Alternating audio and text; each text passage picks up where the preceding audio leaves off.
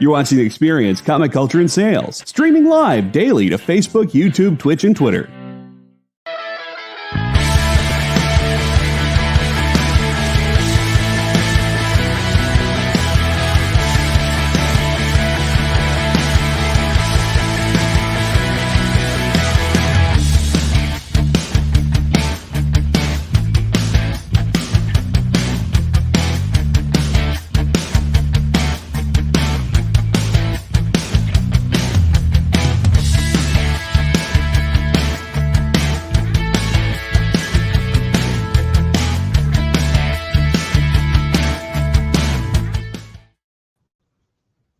Welcome. Come one, come all. Welcome to Comic Collectables. I'm here today filling in for Rex. John's here, and so is Rockin' Robbie. Hello, everybody. What's going on, bud? What's up? Oh, my goodness. Monday. No, I don't know if there's going to be a whole lot of Oscars talk. Somebody in the chat asked about Oscars talk. I mean, I'm happy to talk about that, but... Okay, go ahead. What a great show. Maybe I went to bed happy last night. We are hashtag Rexless. If we have a giveaway tonight, I will say some of the best Oscar speeches ever. Some of the best, most. And Nick's here too. I forgot to say that. Well, I'm not important to the cause. So not against anyone in the past, but I got to tell you, last night's Oscar speeches, some of them came from the heart so much. And you know that this is only the third time ever that 3 actors nominated for the same movie won. Makes sense. One was The Network, and I can't remember the other one. Hello, everyone who's here tonight. CJ, Marcus, Mr. EB Go Lucky, CDB. Hello. Marcus, do we miss him? If we miss anybody, we'll get to you eventually. Oh, Eventually. Billy, I was happy to hear you got your Tomb of Dracula books. Nice. All right, so we got some really special items that will not have images that I'm going to pop up. Nick has not eaten yet, so I will show some very quickly. So everything's $1? Yeah, right? Miles Morales, Spider-Man incentive. I forget if this is the 20 copy or 25 copy, but we have 5 of these. Only $20 each. Let's see. So what? I'll pop in again in a little bit. I'll just pop that up for right now. There is more to come. We'll see if Larsman is here. All the new stuff is not locked and loaded, everybody, and it will not be locked and loaded. We're going to have John do his Vanna White. Better than me doing it. Much better than me. Oh, my goodness. So, but everything but these books are locked and loaded. Okay. So, let's check one thing. Robbie, how was your weekend? Yeah, how was your weekend, bud? My weekend was fantastic. I had a great time just throughout the weekend. I watched Scream 6. I had fun with that. Had Dylan's horror show on Saturday. That's always fun. And then yesterday, I got to have a conversation with Robbie. It brought him back to the channel. Talking about some of his upcoming works. He's one of my favorite dudes in this industry, one of my favorite creators, and it's always a pleasure to have a chat with Robbie. It was a very good show. Everybody should check it out after everybody's shows tonight. You need to watch that one again. Nice. Can't complain about that at all. Yeah. So the Oscars came and went. So Everything Everywhere All at Once was the big winner, right? Yeah. Which was predicted, right? And yeah. I know that Nick had mentioned some really great acceptance speeches. Now, the only one that I watched was right after the fact. I just looked, I finished streaming last night. I just looked to see who the winners were, right? And because me personally, I'm pulling for Banshees of Inisherin because I love that movie so much, but Everything Everywhere was awesome. And I knew that was going to be the doll, right? The darling. I kind of figured that was going to pick up some... But the dude who played, I hate that I can never remember his actual name, but Short Round, right? I did watch his acceptance speech. Thank you. His acceptance speech almost brought me to tears. That was amazing. I loved that. I thought that was great. Well, I was glad to see that the stars of Encino Man finally received their due accolades decades later. John, do you know this stat? Every member of the cast, the main cast of Encino Man, has won an Oscar, except for, of course, the real Oscar laureate here, Pauly Shore. Pauly Shore. Yeah, He's got to be up for a Lifetime Achievement Award at some point, though, right? I joked about that last night. I mean, at some point they just like the guy's done a ton of movies. Apparently, somebody in one of my chat groups went to one of his comedy shows. They said the guy is hysterical. He makes fun of himself. He makes fun of pretty much everything. His mother. I would like to think someone that's been in the industry their whole life gets their moment to shine. I know he was in a lot of movies, kind of like in the 90s or whatever, but I would love to see that guy maybe get like a halfway decent sort of role that people aren't laughing at.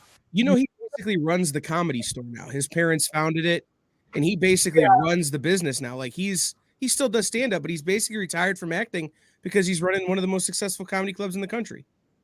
I forget his father's name. His mother's name was Mitzi Shore. Yep. I think. I wouldn't know. Like old school. His name is Jersey. His father's name is Jersey. There we go. So he's Jersey Shore. Get it? Mm-hmm. His name's not Jersey at all. Sorry. Oh my gosh. You know what? We'll just throw these out real quick. I mean, we're constantly having the conversation interrupted with buy a book. Rex had to be let go because people weren't buying enough books. I think it is Sid Shore's. I think that's right, CJ Design. I'm sure other stuff from last night will pop up, but let's get a couple books out of the way. As always, we have the Dynamite 10-pack reader set. Yeah. It's only $5. You get a random pick of Dynamite titles. And I know some of you guys have asked for specific books. We'll try to get them in there, but yeah, always have to mention this first. As always, just $5. I'll tell you, if you guys are going to ask for a specific book, ask for Army of Darkness versus Reanimator. That's one of my favorite books that we've done in a while. And I pretty much read everything that gets done here. But, that's sort of, Ash, Herbert West. That's very, I had a conversation with Ken Hazer about that. And he was like, if that book was 50 issues, he'd be fine.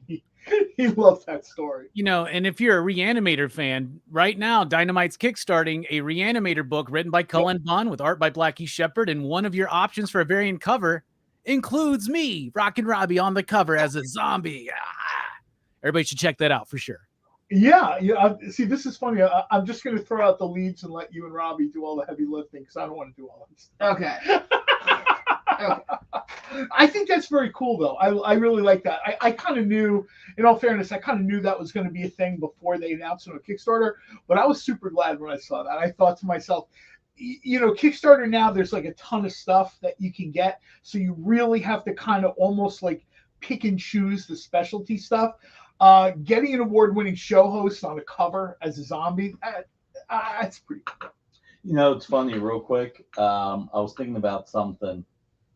Only because we were talking about the Oscars, and it made me think of the Emmys because Ted Lasso's coming back. But there's that's next week, right? Ted Lasso's next Wednesday. This Wednesday. Wednesday. Amy cannot wait. But there's one scene that they took from Hoosiers, which always cracked me up. Remember the scene in Hoosiers where they finally make it to the big game and the coach takes out the ruler and he goes, right. The basketball court, everything's the same size. It's 10 feet high. And then when Ted Lasso goes in the soccer game, they goes, it's the same size field. And somebody goes, no, it's not. No, it's not at all. This field's longer. It cracks me up. It's 50 yards.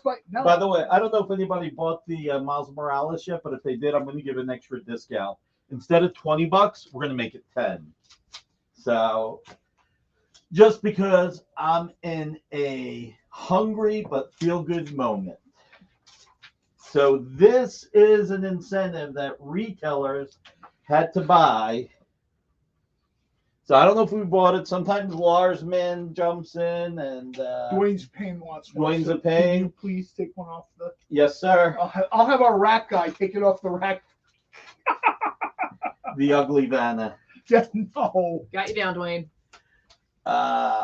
But just figure Oh, by the way, did we tell everybody that next week we will be doing the what happened? I saw, yeah. What Edward said. That's funny. Wow, that skin cream is working great, Rex. What an improvement. Yeah. Just goes to show you how far a little self-care will go. Well, I don't know how many titles you guys got to so far. I was about to ask John if there was one that stood out to him this week. I guess I should look at the list. Oh, yeah, this one jumps out at me also immediately. Draculina Blood Simple #2, limited edition virgin art by Joseph Michael Linsner. Normally this is $50. I think tonight it's going to be $40. Yep.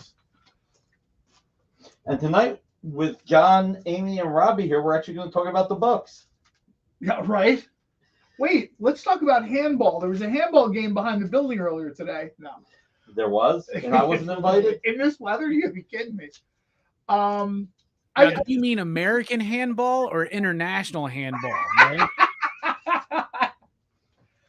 I love this cover. I mean, Joseph Michael Linsner has done so many covers for Dynamite. I just don't, I haven't seen one that's bad. Somebody mentioned they'd love to see him do interiors. Yeah, I think everybody would love to see him do interiors. I don't know how long it would take him to do a book where every panel looks like that. You know what I mean? That's more than a little bit. Yeah, I was going to say that's like we'll see you next year for the book. Quite honestly, I'd much rather have him doing covers. Well, what you need to do is have him do a series of covers that you can later put together as a book and tell a story with, right? Then you kill two birds with one stone. Ooh, there you go. I'll have to bring it up to him. I got the words Nick hates the most. Hey, Nick, I have an idea. Oh, no. Then people can be like, why is this variant cover just a glass on a table? Right. Why is it Green Hornet on every cover? Why is it Green Hornet on Vampirella? Why is it Green Hornet in Underworld Unleashed? We don't even publish Underworld Unleashed. Oh, well. So we have that. How about our other Dynamite version cover tonight? We have Mad Balls versus Garbage Pail Kids, Time Against Slime Again #2, and this is the virgin cover right from Joe Simcoe, and it's also $40 tonight. Yeah, this is really hit that target for like nostalgia. People are just absolutely digging this. A couple of the different comics chats and stuff I belong to, they were just like, what made you guys think of that? And I was like, I have no idea. I'm certainly glad they did, but this has been a lot of fun for readers. Yeah, I was a huge fan of the Mad Balls in particular when I was a kid, and I love the Garbage Pail Kids cards and stickers and stuff. I still got the I think it's an Abrams book maybe, but it has all the cards and the initial sets together. Spiegelman is working that, right? And but Mad Balls, that was my jam. I love the Mad Balls, and this has been a really, really fun book that I've been super enjoying. And this cover is awesome and rated R. R. Get it? Because it's pirates. We talked about this before. Publishers have like a tone, right? And Dynamite's tone sort of goes back and forth. Like right before this, we had some pretty dark and grim books that were getting done, right? These kind of multiversal crossovers where people are getting knocked off.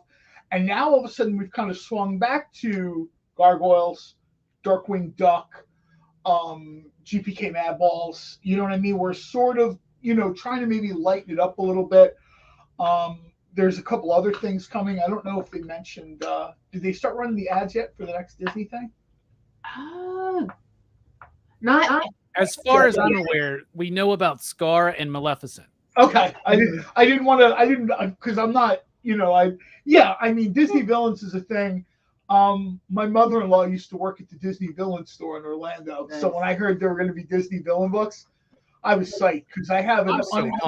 I'm so pumped because y'all are not just, first of all, Disney Villains rock, right? And my favorite Disney villains are Scar, Maleficent, and Jafar. So if the third one's Jafar, you've hit my top three right there. And you're getting great creators. The third one's Jafar. It's like Chuck Brown's writing the Scar one. That's going to be awesome. And then Sue Lee writing and illustrating the Maleficent. I am down for that. That's going to be awesome. Yeah. It's good. It's a good time to go to the comic book store.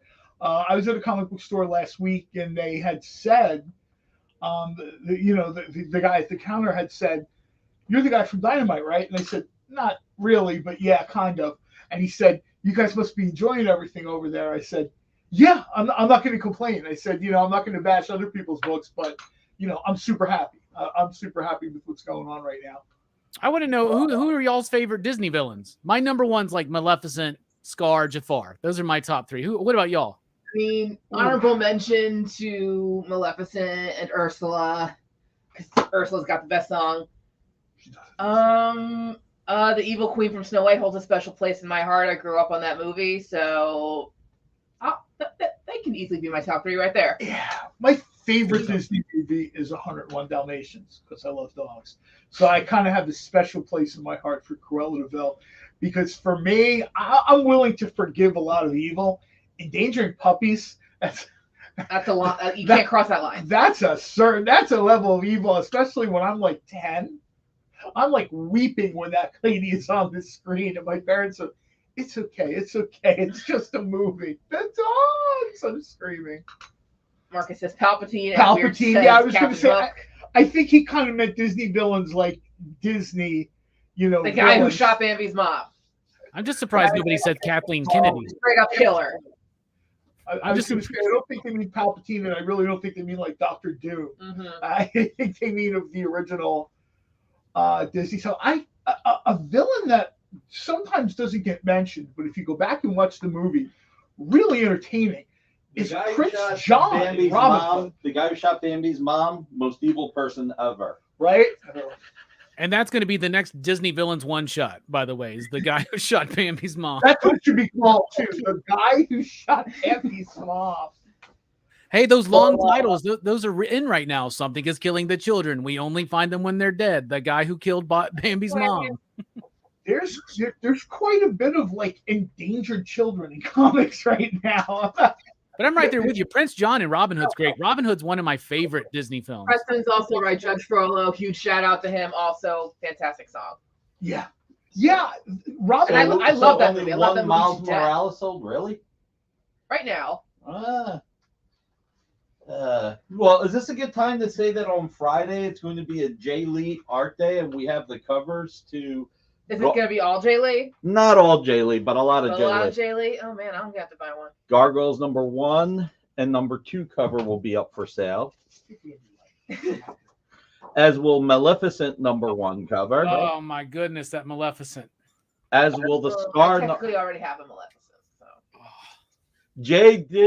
I did get Amy a Maleficent sketch by Jay Lee. So. Thank you again. Nice. Oh, you're welcome.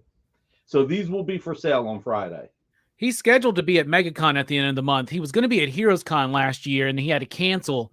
He's been one of my favorite artists since like the Wildcats trilogy days back in in the early 90s. By the way, on Friday I'll be wearing my red pants.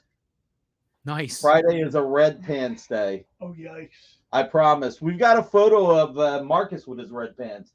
He put on a George Perez shirt and red pants. Nice. So I have to wear. By the way, 50-50. Was it Butcher or was it Homelander who killed Bambi's mom? Just curious. Oh, that's Who would you say did it if they were around? It's Butcher because she was killed with a gun.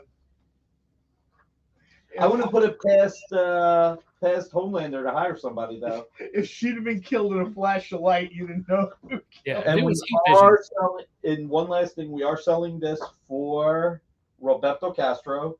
Roberto had a stroke. He had a mini stroke, and he was out of work. So we are. I uploaded the picture for this. It's Killing Sonia #2. Yeah. So if anybody buys this, all the money is going to go to Roberto Castro. Like I said, he had a mini stroke, and we're trying to help him.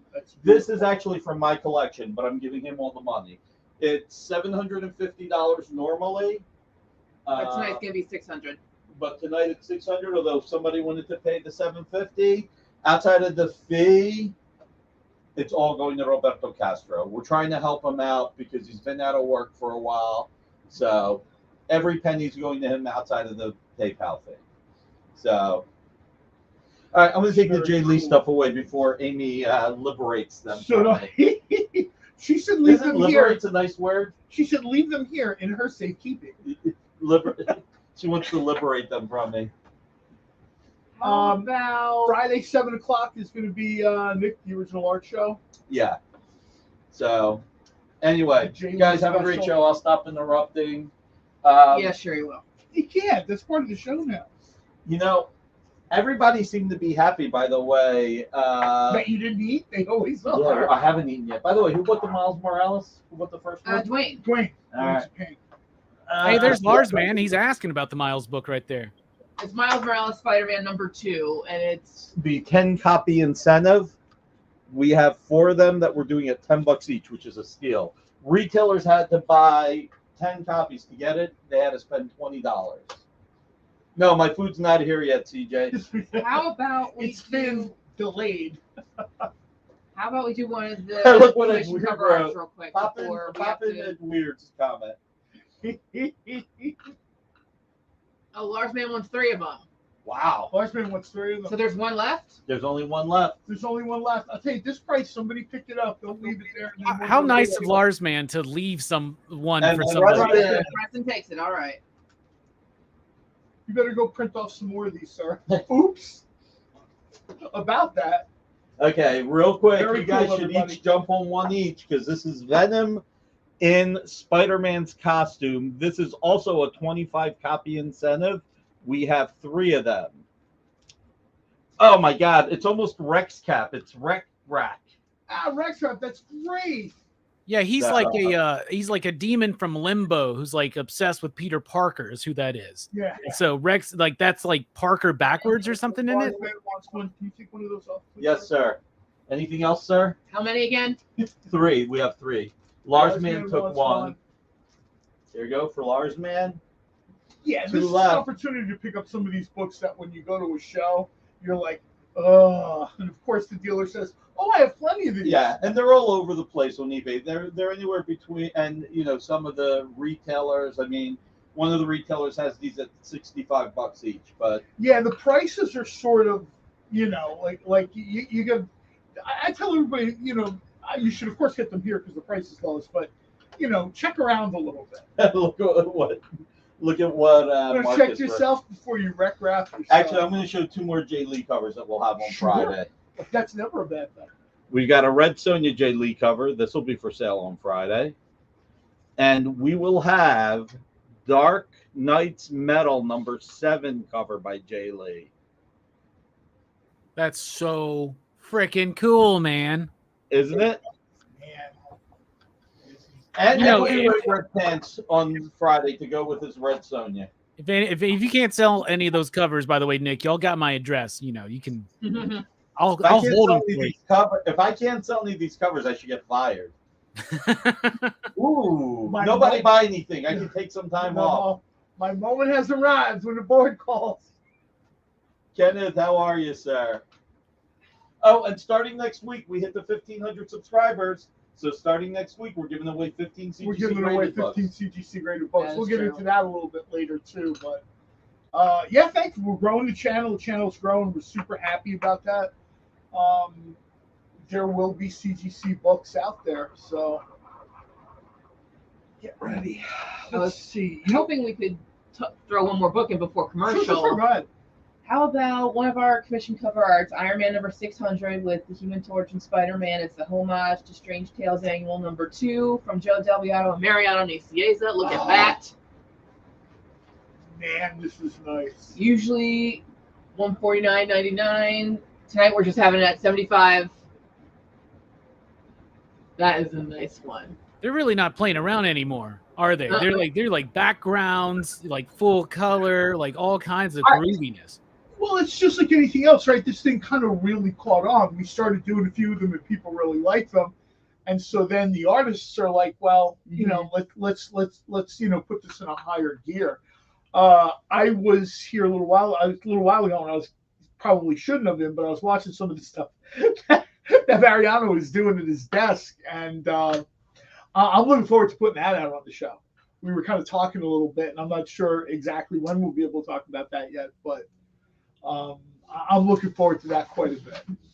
This is just this is the kind of energy that books had really like in the 70s and 80s. People who can't really, maybe they're not going to buy those vintage books, or maybe it's not their wheelhouse or whatever. You always hear people talking about the art style or the layout style or the backgrounds.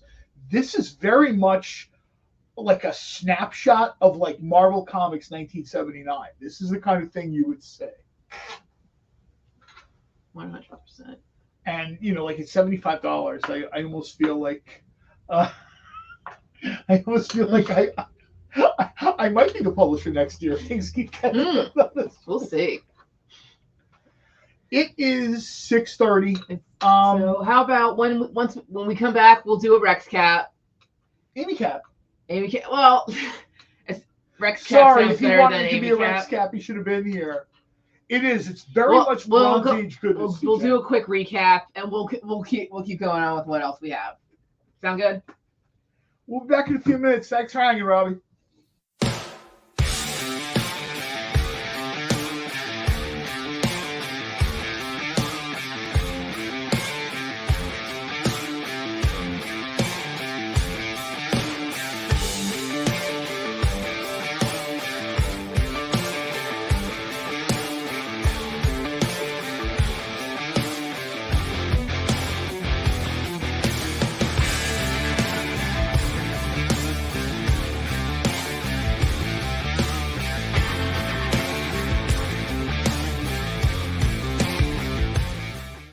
Did you know that every experience show, including some exclusive content, streams on Twitch?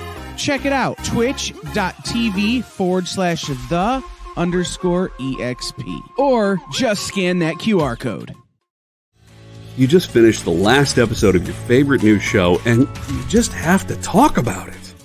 But all your friends are ghosting you because of that incident last week at the buffet. Oh, you know the one. What you did to that chowder. Ugh, keeps me up at night. So what do? Join writer Dan Wickline as he breaks down all your favorite pop culture media. Whether it's a review of the latest nerdy TV show or a dive back into the history of your favorite comic characters, Dan's ready to discuss all the hottest topics live. Join the conversation as Dan live streams Tuesday through Thursday at 5 Eastern, 2 Pacific on Twitch, Twitter, YouTube, and Facebook. The Dan Wickline Show, on The Experience, Comic Culture and Sales. Do you remember what it was like when you were a little kid and you got a letter in the mail? Now imagine that letter was filled with information about your favorite shows, pop culture questions, links to things you're going to want to see later, and even sneak peeks at upcoming programming here on The Experience. That's what the EXP mailing list is. Every week, we send you sneak peeks, information, and all of the relevant links for all of the shows you want to see. Sign up now on our website or scan the QR code that's on your screen right now.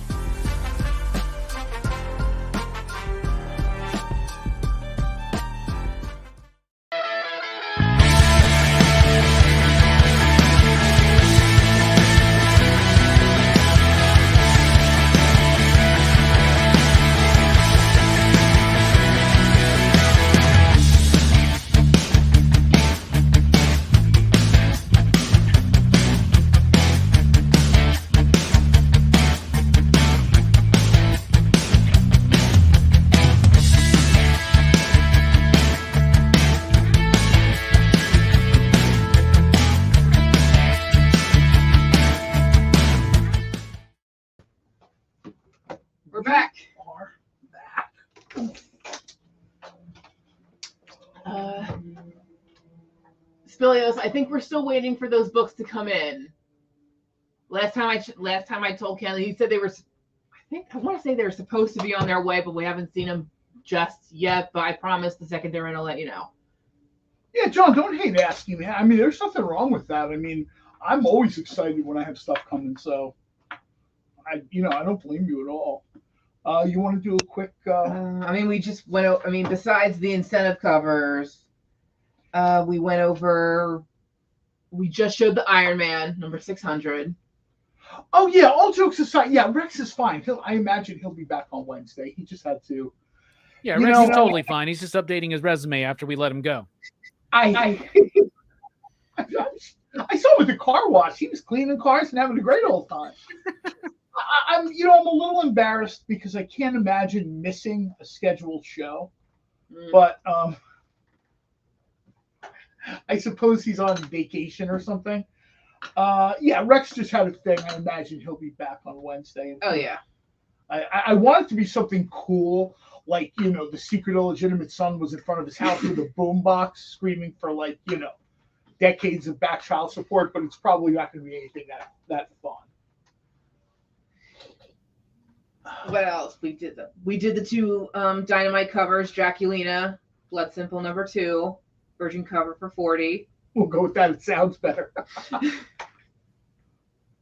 Yeah, that's available tonight. And then the Mad Balls versus Garbage Pail Kids, Time Against Slime Again #2, also Virgin variant, also $40.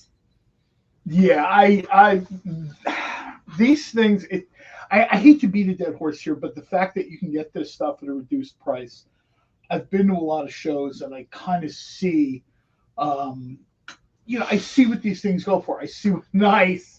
John wants the Draculina. Good job, John. Good pick. I see what Sure people thing, ask John. for these things, 6 months down the line, a year down the line. And that's sort of why we try to say to people, this is a good time to get them. A year from now, a year and a half from now, there won't be a ton of them out there. And you're going to go to some trade show or con and you'll be like, what do you mean $80? And you'll be like, Eh. Hey, Spilio says that he's free and looking for a job. Will definitely work cheaper than Rex. So I'm just saying. how are your rent skills? Rex has gone to Wawa corporate office for gobblers. Rex missed out. I actually had dinner for Rex, and I wound up not bringing it because Nick texted me and let me know that Rex wasn't going to be here tonight. So on Wednesday, when Rex is like, John, where's the food? I'm going to tell him it's on Monday. Robbie, Yeah, he Robbie, do you want to pick a book? I see some Hellstorm stuff going on there. I love the Hellstorm. I like Damien. I like this character. So yeah, and this is a fun run. I remember loving this when I was a kid. yeah. Yeah, this is one of our back issues. Hellstorm, Prince of Lies, #1. It's been very good condition. We think it's a presumed grade around 9.0, maybe 9.2, but we just have it at $10 tonight. And then we also have that's nothing for this book. Then we also have Hellstorm, Prince of Lies #2. So we have the first two issues, and they're both $10 each. Yep, there's the second one. Because I'm super old, I remember the first time we had Damien Hellstrom, the son of Satan, and then they kind of messed around with the pronunciation and spellings of his names or whatever. Excuse me. The stuff in the 70s is pretty dated, and by today's standards, pretty corny. And Spilios will take them both. All right. Both. Although the stories were very cool. You know what I mean? In the 70s, you had like a lot of Satanic Panic, The Exorcist. Horror had really hit its stride. This is something Robbie's talked about on shows before.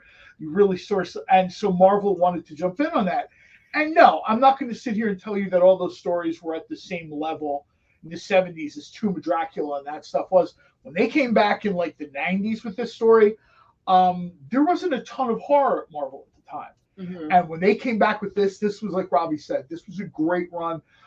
I probably had 3 or 4 copies of issue 1 to at one time. Robbie. Spilio. Station. That's awesome. Thank you so much. Yeah, because Robbie needs more horror stuff. You know I do, man. I know he does. And what's cool about that run is that led to some of the early work from Warren Ellis at Marvel. Like that, I don't think he did issue 1 or 2, but he eventually takes over that run, and it's pretty decent stuff for early Warren Ellis. And this is just right before Stormwatch and Planetary and Authority, where they changed the whole industry. This is almost like a little precursor. You can kind of see. I remember, like when they put a guy, when you like a book and then all of a sudden a creator comes on that you've never heard of before. Generally, that's not always a great sign. I mean, that was my experience. It turned out the book actually took a step up for me when Ellis kind of signed on. You know what I mean? And then, like all these things, good things come to an end. But when you saw his work later, that I was glad they kind of gave him an opportunity to kind of stretch his legs a little bit. He's one of my absolute favorite writers. I got to meet him one time at a book signing for Normal, which was a book he did, which was really good. I highly recommend it. But I think Planetary is one of my favorite comic books of all time. I mean, Warren Ellis, John Cassidy, that's a dream team, right? And I really loved what he was doing with the Hellstorm stuff and even his Excalibur run that he did. He at one point took over some of the lesser selling X-Men books at the tail end of the 90s.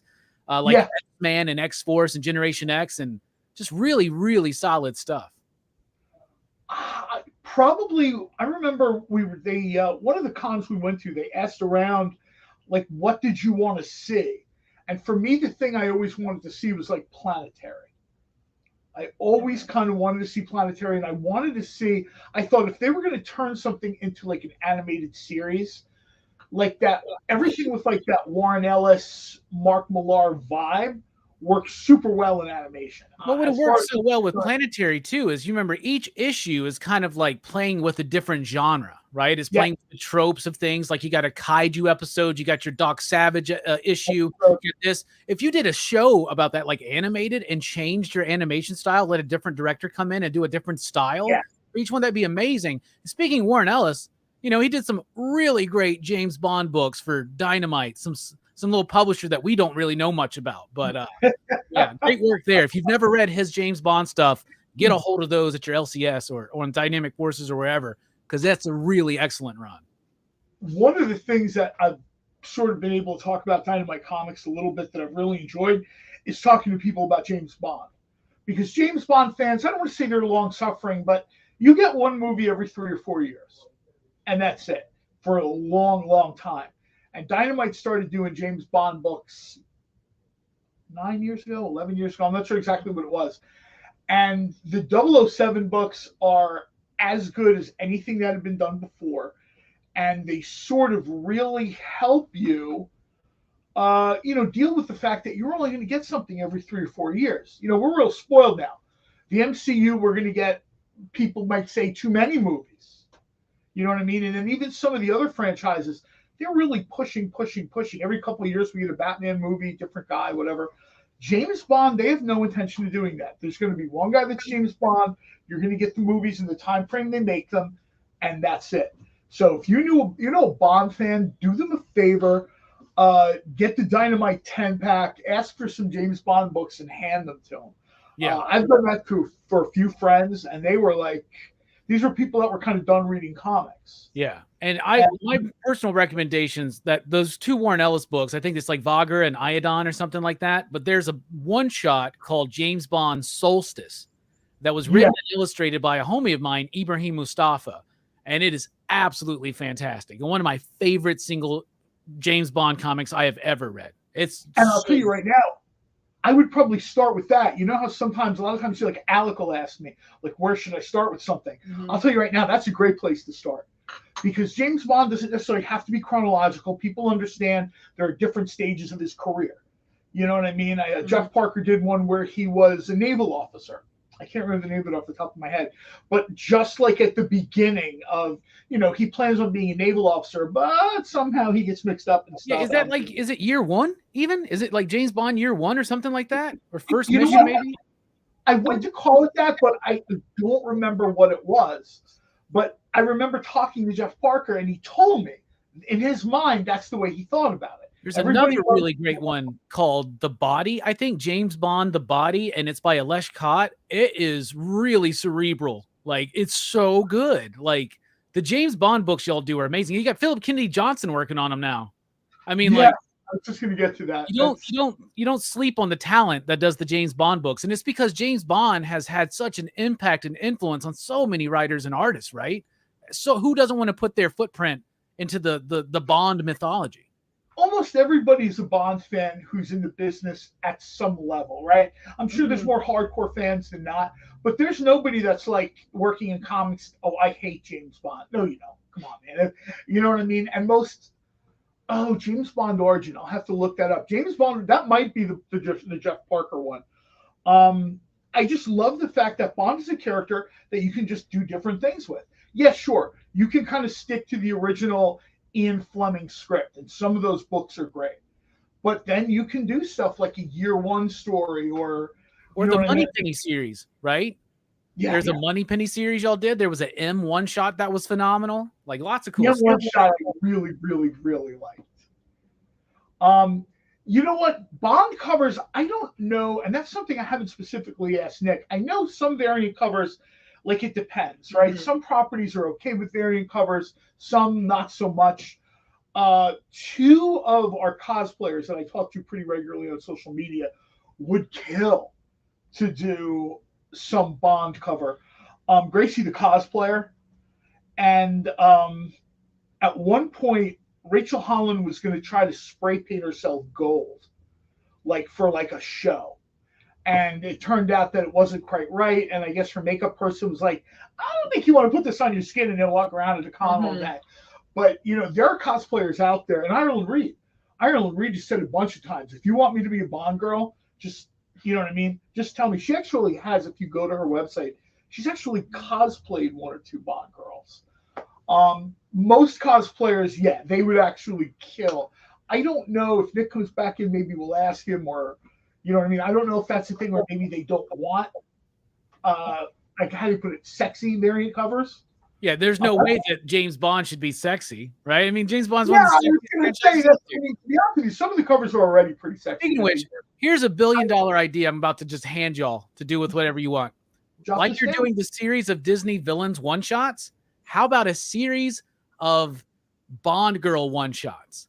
Or Bond villain one-shots. And I was like, Bond girls, Bond villains, like cite those characters. Let's see what Goldfinger's like. Let somebody do a Goldfinger story. Let somebody do a Dr. No story. Let somebody do all of these characters. That would be really cool. I think we'd be into that. Yeah, that's why he's award-winning Robbie. That's a great idea. Yeah, I would love to see that. I mean, we're joking around a little bit, but yeah, I'd absolutely love to see stuff like that. Especially some of the Bond villains that have like more of a shelf life. Someone like Goldfinger, right? That's my personal favorite Bond villain. But he was a villain long before the movie starts, right? So it might be kind of neat to see him, Oddjob, Masterson. I can't think of her first name. Like she was sort of after him to begin with, and she gets killed, which is how the sister gets involved in the movie. I'm not sure how much necessarily. I mean, my guess is there's a lot of like legal rights and stuff like that. Yeah, and I know there's a difference between the rights to the character in the novels and the rights to the character in film. I know that's different too. So that's very much. I mean, we joke around a lot about this, but that's very much like Nick territory. Yeah, but I would love a Blofeld miniseries, like exploring more of him. That would be great. That almost might have to be like 3 issues, right? Like you do like a young Blofeld, you do one where he assumes control of Spectre, and then you do one at the end where he's sort of like preparing for Bond. Maybe one that starts right before on Her Majesty's Secret Service. Yeah, a lot of ideas. Fill in some of those gaps between the movies, right? Well, I also think some of the Bond girls too. Like I tell you right now, people would be happy with a Jinx book. The Jinx one shot would be great. Also, I can't remember the name of Michelle Yeoh's character. From Tomorrow Never Dies. Yeah, she's awesome. I love one of the first PA Bond girls, man. Like super. Well, I think in the beginning, people talk about these things in the beginning. Even then, in the very beginning, Bond girls, people are like, "Oh, it's just eye candy, or whatever." No. From like Dr. No on, Bond girls are very capable. Are they attractive? Sure. I mean, it's Hollywood. That's part of the Ian Fleming imagination. Imagining these things, but these were capable characters. These were people that were crack shots and scuba divers and knew martial arts and had all race car driving skills, pilot skills.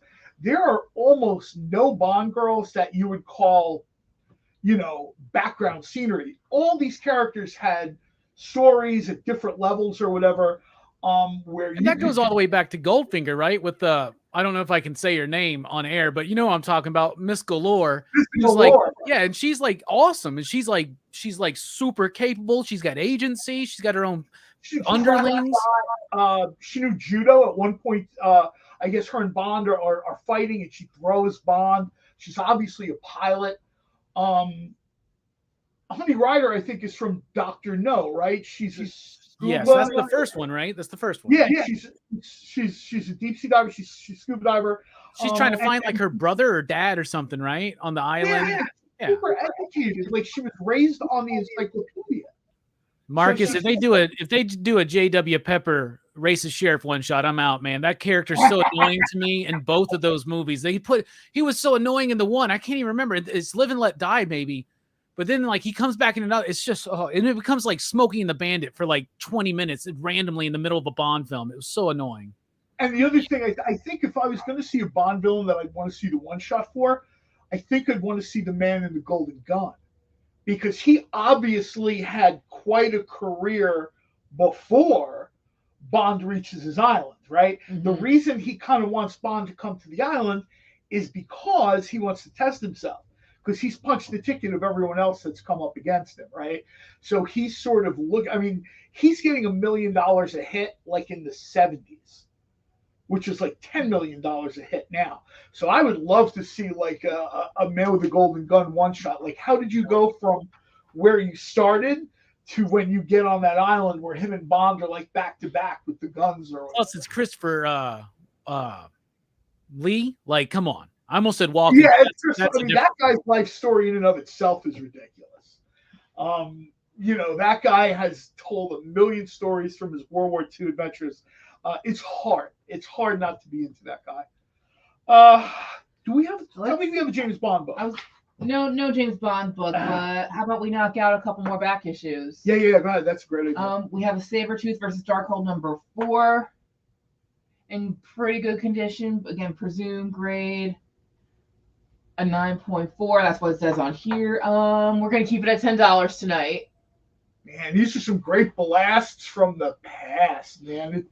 The whole, like the trademark, everything kind of takes me back to that time in the 90s. Wow. We have an Action Comics number 600, and it's an anniversary issue. There we go. I wanted to give it a minute. Yeah, Action Comics number 600. Another one in good condition. It says presumed grade 9.0, and MSRP probably usually around 30, and tonight we're going to keep it at 20. Yeah, this is a great one, man. Byrne and Perez together. Come on. Yeah, I was just going to get to that. This is Dream Team. If you kind of really like the talent stack, as they call it, this is probably your book, an 80-page giant for $20 from, I'm going to say maybe 1984, 86. Preston will claim it. All right. Yeah, Preston, that's a nice pickup. That's a great book.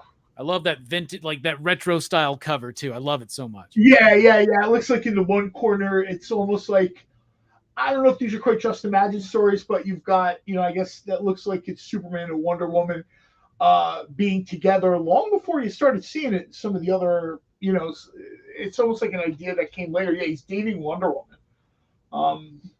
I think that was played with here and there. And then I think we see it like kind of in Injustice. We see it in Kingdom Come. What other one? We have Marvel Team Up, Human Torch and the Hulk, number 18. And this is from 1974. Like, double checking my notes. Presumed grade 6.0. Since it's not a super famous issue, it's MSRP is usually like around 7. So tonight we're just gonna have it for 5. I think it's a real steal. Love this cover. Love the colors pop still so much on 70s Marvel books. And as much as I love the Human Torch, if this is really going down, Johnny ain't got, it's over. Come on. Well, I think more than once you've seen when this guy jumps in when the Hulk and Thing are kind of doing their deal. Usually the Hulk either blows him out like a candle or he smacks his hands and puts him out. And it's Preston again. You know what I mean?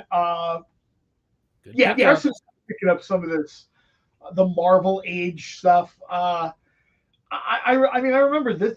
This is a great way people sort of want to experience this stuff. And I'll be honest, some of these books are really highly priced right now. Some of the stuff from this era, like I routinely will just peek on eBay or whatever, and I'll see a book that I didn't even consider that much of, like Marvel 2-in-1 and the Thing or whatever. And someone is asking like $60 for the book. And then it turns out that's not even the highest ask on eBay. And we got a pretty nifty Marvel 2-in-1 here too. Maybe Preston wants that. I think we should throw that one up, right? With Doc Savage. Oh, I should have pulled this one Marvel off. 2-in-1, the Thing and Doc Savage, number 21. We're only going to have it at $3 tonight. And interesting fact, it will never be reprinted due to licensing. It's due to a licensing issue. So, yeah, $3, guys. It's a 3.0. That's why it's $3, but still. But definitely worth it. I love the Marvel 2-in-1 run. I've been collecting them up slowly in dollar bins and stuff like that, and through just back stocks. And I don't have a complete run yet, but it's getting close. It's getting close. It looks like Preston snuck in first. Sorry, Preston. Stelios. Yeah, there was a period of time where anything that had Doc Savage's name on it, I would pick up. It didn't matter if it was books, magazines. At the time, there was he was appearing in Marvel. He appeared in the black and white magazine format, which is sort of my favorite version of that. There was, I'll give Marvel their credit. You know, there have been people that did Doc Savage and didn't quite get the character. Mm-hmm. You know what I mean? Marvel kind of did their best to make this very pulpy 1930s adventure character fit into their 1970s world. And that's not always easy. That is not easy to do. There was I think there was one with, I don't know if it was Marvel Team Up, Doc Savage and Spider-Man. Just very, very cool. Yeah, CJ Design mentioned it. Curtis Mags are my favorite thing. I always like to think about there's a multiverse where somewhere nobody buys comic books like this anymore, and everything is black and white magazines. And that's something else too. People have asked me about the black and white magazines.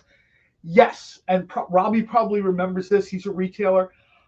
There was a time where nobody was interested in those. They sat in dollar bins, or maybe you kept them in the back, and you get like one old dude like me would ask for them, and here I'll give you a box for $20 to get it out of their store. I love them, and I love going back because I remember being a kid and I could read my stepdad's comics. You know, at an early age, I was like 5, 6 years old, but I couldn't read the ones in the closet because they were Savage Tales of Conan. And of course, when the parents weren't there, I went and read those books with all the sexy men and women in them, and slaying and horrific imagery. And then there were Dracula ones, and my homie just recently got gifted a Nightmare on Elm Street one that Marvel. So they were still doing those in the late 80s. And man, I was like, I want those. I remember my mother found like Vampirella under my bed, and she had like a panic attack thinking it was porn. And thankfully my dad came to the rescue and said, "It's a horror magazine. It's a horror magazine." Now, I'll be honest, at that day and time, they were kind of both right, because I'm like 11. So I understand why my mom panicked. Well, my dad was a big comic strip guy, which is how I got into comic books. He was a big comic strip guy, and sometimes he would pick this stuff up and read it or whatever. The black and white stuff really, even maybe more so than the color stuff, the black and white stuff really catches the era really, really well, because the creators had a little bit more play. You know what I mean? They weren't comics code authority into certain, and you'll see people crop up like Chris Claremont and John Byrne, Jim Starlin, people that sort of popped up before you started seeing them in the pages of regular comic books, and that stuff is still somewhat affordable, which I guess is my point there. Go to your retailer. Dynamite has done. It's actually right behind me, but I have one of those. Dynamite did a collection of the Curtis stuff for Doc Savage. It's just great to see, especially if people are not familiar with the character, because not only are you seeing the period of time in the 70s, but it's also a callback to the 1930s and 40s when Doc Savage was like a huge deal. You know what I mean? There was a time where, it was right before superheroes, and if I remember correctly, Alan Moore called them science heroes in Tom Strong. And I think that, you can say what you want about Alan Moore. That's a great name for these, because these were generally people that were inventors, scientists that instead of staying in the lab decided, I'm going to bomb on down to the South Pole and check in with Cthulhu. Lars Mann, the ASM variant, the Amazing Spider-Man variant it's number 17 and 25, and then the Miles Morales one was number 2, and that was $10. Do we have time for one more book? Let's do it real quick. Yeah, let's just throw one And more then- book, and then we're gonna my sheet. take our next break. I got it. Okay. Oh goodness. Let's do the other Marvel big one. Cool. Marvel double feature: Captain America and Iron Man. Oh, Great cover. someone buy this real quick before Yeah, we go number on break. 3. And because presumed grade 4.0, a little low, it's just guys, it's just $2. This is come on. Yeah, Preston. somebody nudge Preston. We'll just throw it in his pile and bill him $2. He won't notice it anyway. We are going to go to our break. Robbie's going to chill with us a little bit more. We'll be back in a few minutes. We'll do more books. We'll talk about this, that, and the third. Yeah. Thanks for hanging with us, everybody. We're glad you guys are here tonight. We'll be back in a few minutes. Don't spill the sponsor. All right. Thank you, John. Now we go to break. What if Hans Gruber from Die Hard had to battle the Joker from Batman the Animated Series in a dance battle? Or who would win in a race between Baby from Baby Driver and Snidely Whiplash? If Austin Powers and Shrek found themselves in a hot dog eating contest, who would emerge victorious? These are the questions we talk about on Nerd Killer Warfare. Debate the most absurd questions you've ever heard in popular culture. Register now by scanning the QR code or visiting bit.ly/EXP casting.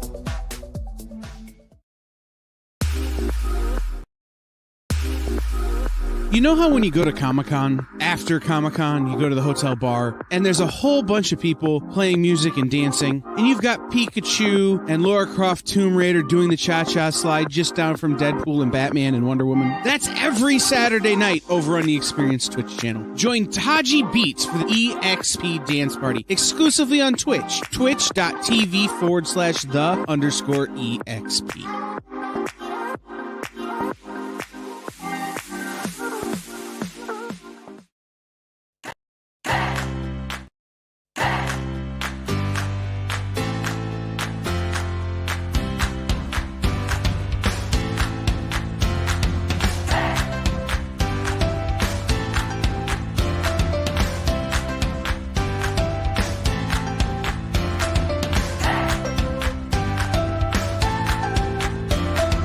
There's something for every imagination at your local comic shop.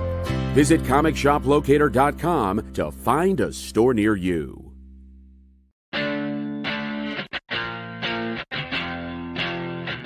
You're watching The Experience Comic Culture and Sales, streaming live daily to Facebook, YouTube, Twitch, and Twitter.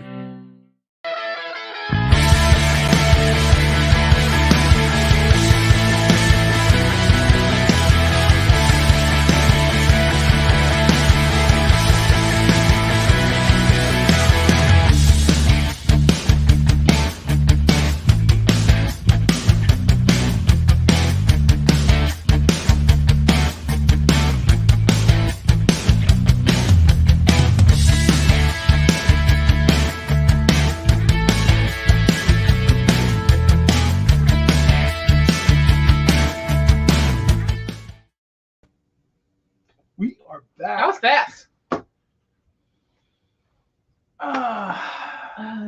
Get So the John, thumbs up. I was gonna say, do we wanna Don't you want to talk tell about- these people, make sure to fill out their paperwork again and put up the link? I mean, yeah, right now I was also gonna do it at the very end. But Lars Mans, you're filling out your form. Thank you. I'm proud of you. We are kind of the Schmengi brothers, Stevie B. That's spot on. That's really good casting. Do we want to talk about some incentives that Nick dropped off? Sure. I saw Perry pop in. Ronald's here. People we might have missed in the beginning. Thanks for joining us on your Monday Yes, night. thank you. Robbie's here with us. Rex had to be let go because he's just not very interesting. No, Rex will be back on Wednesday. He just had Ronald says he sees me as Count Floyd. I can dig that. I'm cool with that, actually, that comparison for the CCTV. So I like that. Yeah, no, Excuse me. I think that works out, man. I got now. I'm thinking maybe I want to see if like T Public has Schmengi Brothers shirts from me and Rex wear on the show one time. we've kind of got some stuff still left. We got more stuff that Nick kind of came in with. Do we want to knock out what's left on here first? Yeah, let's knock out what's here first. And maybe we can try to. I guess let me recap the stuff that's still available real quick. Yeah. Sabretooth versus Darkhold number 4 still available. Presumed grade 9.4, $10. That's sold. Iron Man number 600 with the Human Torch and Spider-Man still available for $75. Mad Balls versus Garbage Pail Kids, Time Again Slime Again number 2, the Virgin cover still available. No one claims the other Amazing Spider-Man variants. I want them. All right, we'll see how they are at the end of the show. I think, are there just, how many are left of those variants? Because we sold out of the Miles Morales. Was there 3 initially? They're right there on the rack if John wants to go look. Yeah, I was going to say, let me go just check. Lars Man took one already. Oh, you did. Just 2 more left? I just want to be sure. It looks like there's 2 left. Okay, 2 left. So if no one jumps in there, they're Lars Mans. All right. China White appearance. Yeah, that's the last thing anybody needs to see, man. All right. We have also for tonight, we have Predator number 1, the Raza variant signed by Raza. Oh, Usually $39.99. And today we have it at $19.87 for, $19.87. Makes sense. I got to tell you, I started, this is slightly off topic. What a shock for this show. But I started listening to some of the Predator and Alien stuff on Audible. And Lars Man wants it. All right, Lars Man. I got to tell you that when you kind of listen to some of that Audible stuff, it pushed me back into reading all this stuff again. And you sort of I saw this cover when I came in here, and I thought, I mean, Raza is Raza, so I'm kind of not, taking anything away from that. But in particular, this cover really kind of captures what they try so hard to do on Audible. It's really difficult to kind of create that fear and sort of create that suspense, in particular in a Predator movie, right? Mm-hmm. Because you're waiting. It's out there as the viewer, and you're just kind of waiting, to hear the noise, the 3 dots. And this book in particular, this cover really sort of takes you right there into their world. And I love that. I love this cover because it makes me think like the dudes from Ghost Adventures went into a place and got way more than they bargained for. Hi, in tonight's episode, where are the 3 dots coming from? Did you hear that? And then it cuts off. But you hear the, we're experiencing technical difficulties. There's a movie that's very similar to that, where it's not Predator, but it's like a Ghost Hunters type show, and they go into the house, and they're terrible. They're just horrible, obnoxious human beings, and it makes me root for the demon that's controlling the house, right? Because they're like, wait, right. Like suddenly they realize that this stuff is real, and you probably shouldn't go poking around in some serial killer's house. Yeah. Or I'll be the first to admit, I love going to Eastern State Prison. I've been a bunch of times. One of my Halloween traditions, other than seeing what Ed Weird is doing on that day, for him the holiest of days or unholiest of days, is Eastern State Prison is one of these places that all these ghost hunters have to go to, right? And it's difficult for me living 20, 25 minutes away when they're petrified and they turn around and they gasp. And I know that there's a coffee kiosk there, because I know the lady that runs the coffee kiosk there during the Halloween season. That sound you heard was the espresso machine as she was making someone's cortado before next tour group goes. OUG, Eastern State is great to go to, not during Halloween. I tell people to go just not during that Halloween season, because it is a little bit, every amateur ghost hunter in the world is there with their gadgets and gizmos and downloading stuff on their phone. The 2 places I've probably been to the most are Eastern State Prison and Pennhurst. Because I know John enjoys prison. These are kind of creepy places, and I'm super fortunate because I know from basically working at different shows, I know Katrina Weidman a little bit. Cool. So you know what I mean? She has a thing right now that like for a $10 donation, you can go with her on like a little ghost tour of Penhurst. Nice. And I'll tell you right now, years back that would have been me in a coffee cart, and now it's a friend of mine who sort of took over that, you know, that end of my business. But these things are great to go to, except that 4, 5, 6 days of Halloween week, because everybody is sort of chemically altered, and like a hiccup or a cell phone chirp has them screaming to the top of their lungs. It's funny, but I can imagine that kind of getting annoying. Yeah, and like I said, especially for people who, perfect example, OUG just said she used to do ghost hunting. People who take this a little more seriously, you know, they don't enjoy like the giggling and stuff like that. You know, somebody drops like a little airline bottle of alcohol, and you're like, okay, come on, you know, like, but pretty much any other time, I got involved with Ghost Adventures the same way I got involved with most things. I was not a hardcore fan, but the hardcore fans needed food and or coffee. So you would find me in places where you would not necessarily expect to find me, because I was usually just a guy there selling food in the stall. And I realized when the ghost hunting thing became real popular, these places attracted a ton of people. It's true, though.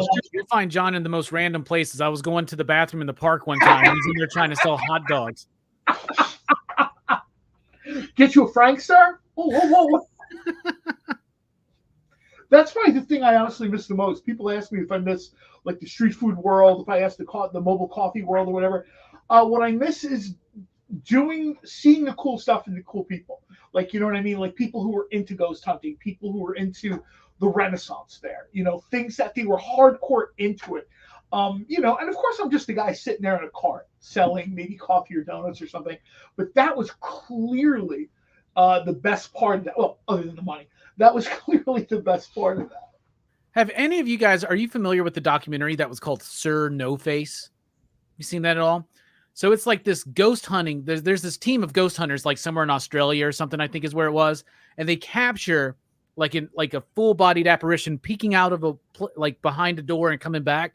And it's really cool and it's creepy. But then the more they look into it, they think they caught an alien or some kind of ultra dimensional force. Like it's crazy. You can check it out. I think it's on Prime or it's on YouTube or something, but it's Sir No Face. It's a really fascinating documentary. There's like 3. There's a series. Yeah, check it out. It's really fun. I like it. Sometimes people are like, what are you doing on your phone? Sometimes I'm talking to people on Twitter or whatever who are watching the show and can't get in. But a lot of times when y'all are mentioning like really cool books or really cool movies, I'm real quick opening up like IMDb or Amazon trying to find out where I can stream this when I get home. You see that meme with Vince McMahon where his mind's continuously getting more and more blown. So I'm watching this stuff. I'm like, oh, ghost hunting. Oh, they got a ghost. Oh, it's creepy. It's an alien. And I'm just like losing it, man. You know what? Oh, we should have Nick still as what? I want to think that Nick is busy publishing my favorite comics, and that's why I give him a pass for not seeing things like Ghostbusters. Oh, wow. Not good enough for me. No, look at that, though. OEG said she got, like, photography, communication. She got the gear. She got the stuff for it. There is quite a market to be made. Because when we would show up to these places, this may be a little insider baseball, when we would show up to when they were filming these places, I would show up and just start setting up. You know, the coffee would be brewing. Sometimes we'd be heating up, you know, like muffins or just something like that. And I would see these tech guys show up. And honestly, it was very Ghostbusters. These people had specialized, customized technology and equipment made. And people are like, oh, that's just for the TV. I'm like, no, man. I've catered some ghost hunter stuff. I've catered some of these other shows and events and stuff like that. These people take this about as seriously as, you know, you take anything else. Yeah. It used to be as simple as like an EMF detector. And I can imagine, like, what was the movie? Was it Poltergeist? Was it Amityville Horror, where it just spiked the sales of EMF detectors? But now they got all kinds of crazy stuff. They got the like the spirit box thing where it's like it goes through radio frequencies, spirit right? box.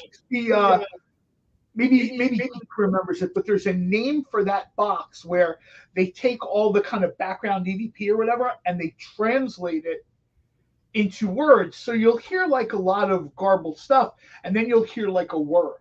Yeah. You know what I mean? And if I made those things, I would make them intentionally just to say the most random things, be like, help, long time, mother, stuff like what happened here? Like, I love watching these. Yeah. The spirit box is like where it goes through radio frequency. So it's like, and then all of a sudden, help. And it's just, I don't know. I love it. I love them so much. No, Edward said it's called the spirit box. I thought there was a particular name for it because I just watched is it Travel with the Dead? It's Katrina Weidman's new YouTube show, and she just had her tech guy build like the latest version of some of this stuff. And I just thought to myself, this is, and of course they always find these guys that are like photographers or engineers or whatever, and then the next thing you know, I also hunt ghosts on the side. Like, yeah. And people have asked along, like, how did you get to these things? I would get to these things because a production company would reach out and say, hey, do you want to sell coffee at 10 o'clock at night out at Pennhurst? And Pennhurst is creepy. Most people wouldn't do that. But I was real greedy. And as people have learned from this show, I spent a lot of money going to cons and doing all kinds of stuff. So I always needed money. So when other people would be like, I'm not going out there, I'd be like, what time? Well, you're going to be there at 3 or 4 o'clock in the morning. Okay. And I got to see some very cool stuff. A lot of people think Ghost Hunters is like pro wrestling. As soon as the camera goes off, everybody's kind of like joking. No, I'll tell you right now, from what I saw, they take it very seriously. They treat the people they interview with respect. It's not like, the loon in Scooby-Doo who lives in the shack. They don't treat the person like that. Now I want Nick to do a Ghost Hunter book. You guys are coming up with great ideas. I would try to get the Ghost Adventures license is what I would do, because those guys are great because they're all broy. You know what I'm talking? I love those. And they they're talking smack to the ghosts. They're like, what you got? Punk, come on. And then they get so scared with the smallest little noise and they're like screaming. I love it. It's so great. Like, what are they trying to do? Fight a ghost? Like taking off his shirt? Like, come on, ghost. What you gonna do? I love it. I love it so much. I that's sort of the way this one horror movie is, and I think it's called like something hauntings or whatever, but they're kind of like taunting the ghosts. They're into it, they're like one step away from haunt me, bro, and then of course the bodies start disappearing like one after another, and I'm just like, oh, that's so cool. OUG says she met Zach and Aaron and Billy. Now I met Nick. Nick used to be a part of them and left, but I've met Nick Groff, but I haven't met Zach yet and Aaron. Zach is one of my favorite people. He's got the museum in Las Vegas where he's got the actual Annabelle doll and stuff like that. Yeah. I think it takes a certain kind of people to do this, right? Because they have to be entertaining. It's always sort of like a. They got a point. But how many more books do we have to show? Our regular books. I thought you guys would be selling books. We've got a couple. I'm gonna give you Nick. You're coming up with great ideas for books. I tried. Sins of Sinister, rare 1 in 25 copies, and this was like a $6 book. Retailers had to order 25 of these. You can have it for 30. And this is the wraparound cover, by the way. How many of those do we have again? One. Just the one. Okay. Just the one today. Check it out. Dave Cerrone's not here to keep us on track. I thought Amy was going to keep everybody on track. Again, we're coming up, like, the guys are coming up with good book ideas. So I tell you what. Did we put this up? This something? I forget what it's called. Children of the Black Sun, 5-copy incentive. We're going to make it $5 each. $5 each. All right. How many of them? 2. This Sins of Sinister Art Germ, 100-copy incentive, $250. Lars, man, when you say claim them all, what? You want to claim the whole shelf? You want to claim, what are you claiming, buddy? You said $250 for that? For $250, yeah. Okay, he wants Children of the Black Sun. I got it. Nice. All right, both of them claimed by Lars, man. That White Queen Emma Frost cover by Art Germ, by the way, I knew when that book came out, I was like, I definitely have to order enough for my shop to get Wait. some of these. I was gonna things. want one. Yeah. I can get another one. Wait, who ordered the two then? Oh, Preston. Okay, I can get one more. I can get one more. So 2 for Preston, 1 for Lars Man. Yeah. Actually, you know what? I've got like 5 more. So no, don't worry about it, Lars, man. No, I got it. All right, He doesn't need one. and He doesn't need Amy's one. favorite book of last month, Scarlet Witch. We've got 2 variants. the 25 copy incentive for $25, and we've got what's this? The 100 copy incentive. That's great. Now, great Amy, cover. why did you love this story? I mean, in recent years, I've become a big Scarlet Witch fan. I'm trying to start to collect all her famous storylines. So, and this is a nice start. It's for people like me who are getting into it. So, if you want to start a collection, this is a great place to start. I think the first 3 are out right now, but this is the first one. Yeah, and there's a like a kind of an event through annuals coming up this summer that's involving Agatha Harkness and Scarlet Witch that's going to launch from that too. Yeah, and it's a cool concept where like she's got this magic shop. There's a door there that's kind of got a spell on it, and anybody in need and has nowhere else to turn to Sort of, walks right? into a shop, right? Yeah. Kristen, by the way, I got you down for 1. For which? For the Children of the Black Sun. So one for him, 1 for Lars Man. Yeah. No, 2 for Lars, man. I got 2 for Lars. 2 for man. Lars Man. Yeah. Lars Man, is that true? He wanted to, and I said that I had a few more left. So here we go: 2 for Lars, man, 1 for Preston, and we have 2 left. Yeah, Scarlet Witch is a character that's had a ton of potential for a really long time, and different people have sort of taken their swing at Wait, it. thank you. And Okay. she has her sort of moment in the sun. At $5, that is cheap. Yeah, Oh, yeah. and then she sort of fades into the background. I Again. did say I got the trade I have paperback not for the eaten yet. James What have we Robinson offered run. that hasn't sold? You're interrupting me. Sorry, No. I'm in trouble. More than And the car's keys over. He's gonna hide them again. I don't even know what I did with them.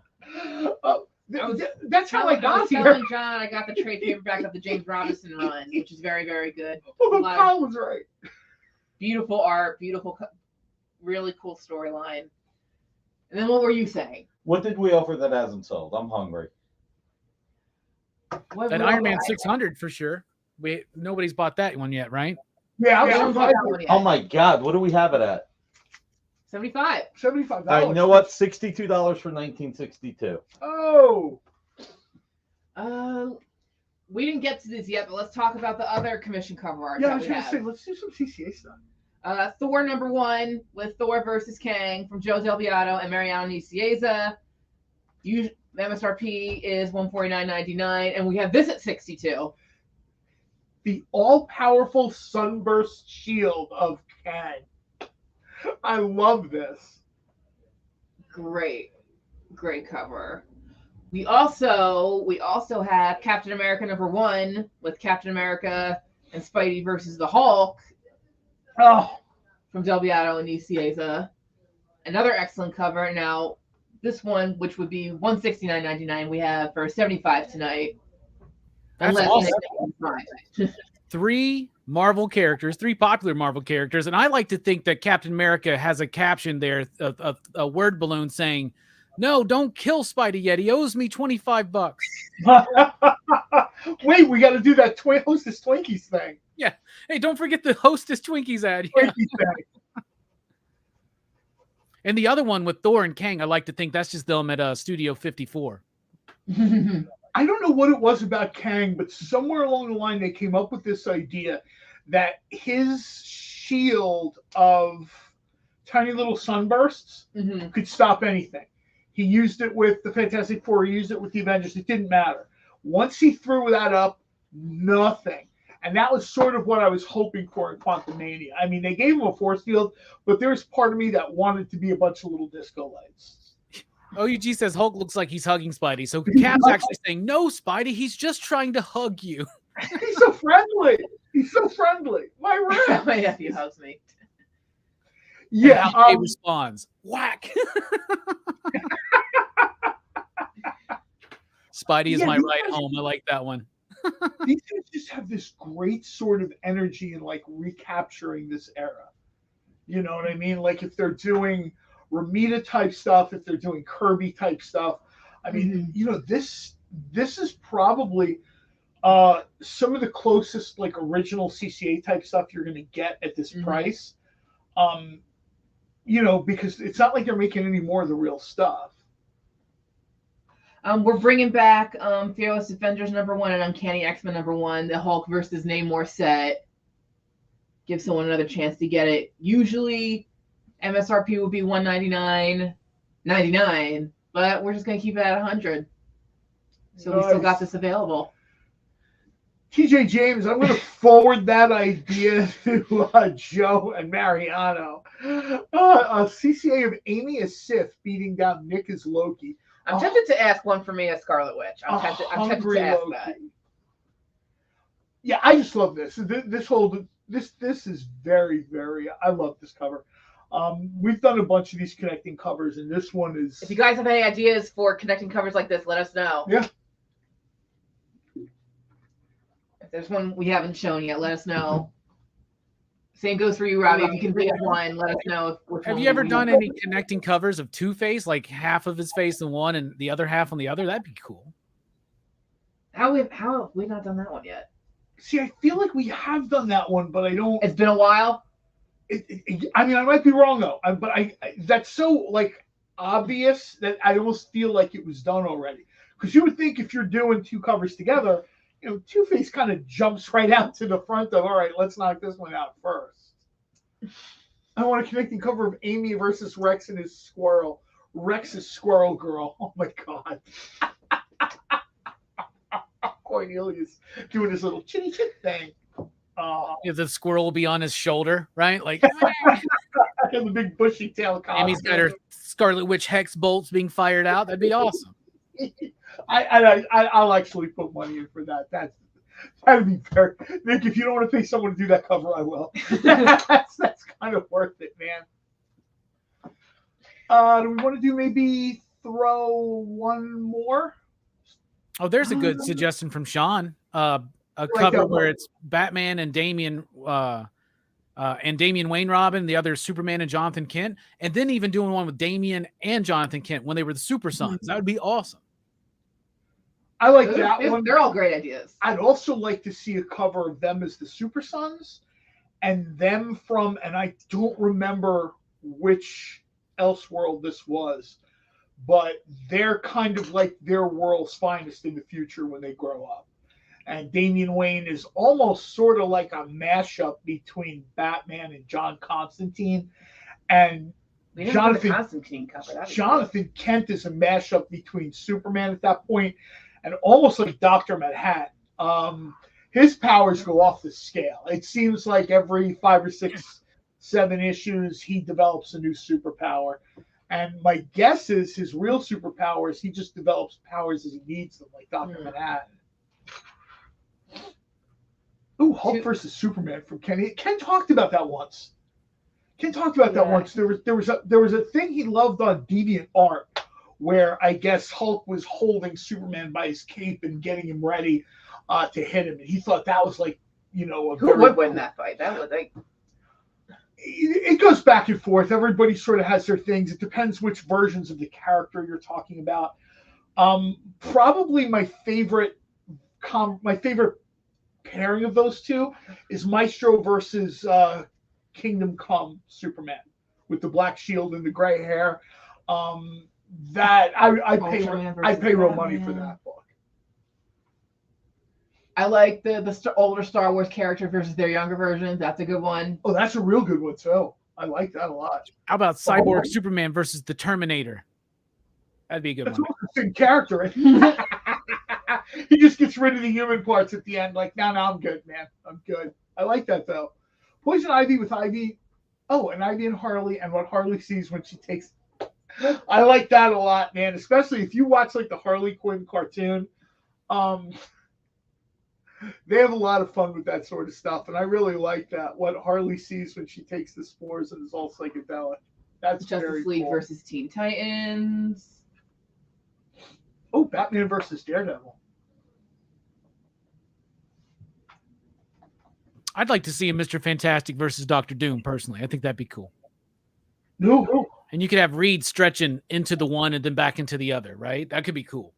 That would look cool. Yeah, you know what? I'm not 100% sure, but I remember something about that. Ken has Star Wars CCAs for May 4th this year. I think. If I'm wrong, Nick will come in and say, I'll email him. Stop that. Or And Ken will especially now text we got all these ideas. We got to ask him. We Yeah. got to ask Joe and Mariano. I think we're going to take our last break.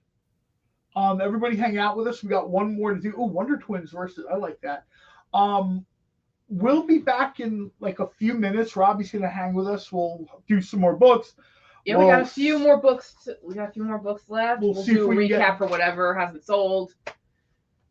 Yeah. We'll see if we have Nick come in and sort of maybe special deal something for people. We'll be back in a few minutes, everybody. Did you know that across America there are over 2, maybe even 3 live stream producers who can't even afford Mountain Dew? Take Brian here. Brian has gone 2 weeks without a sip of Red Bull. If it goes on much longer, he may take a shower and get a real job. Situations like this are as tragic as they are preventable. Join the experience on YouTube and gain access to special emojis and members-only streams. For less than a cup of coffee, you can keep socially awkward hermit people working from their parents' basements where they belong. Scan the QR code on the screen to join. You'll be glad you did.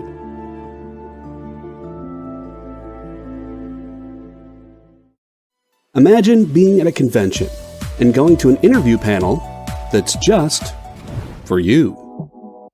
No bustling crowds, no hours-long lines, just you, the moderator, and your favorite comic book creators. Well, this is pretty much that. Miss Jen sits down every week with 2 comic book creators for a live stream interview about their latest work, and you can ask them whatever you want. It's Talking Shop, Mondays at 5 Eastern on The Experience, Comic Culture and Sales.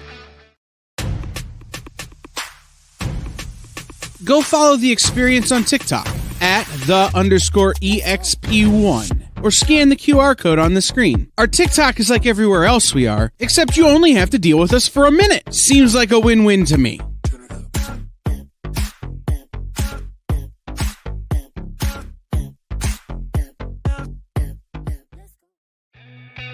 Programming on the EXP is made possible by viewers like you, or your local comic shop, or that Kickstarter you backed, or the publisher you like, or comic industry professionals who want to share a message with the world. Really, anyone who wants to advertise with us can. If you're interested in seeing a product you know and love, or are creating, or are publishing, or are involved with, advertised here on The Experience, and having your message shared with our viewers, please reach out by scanning the QR code below or visiting our website and using the contact form.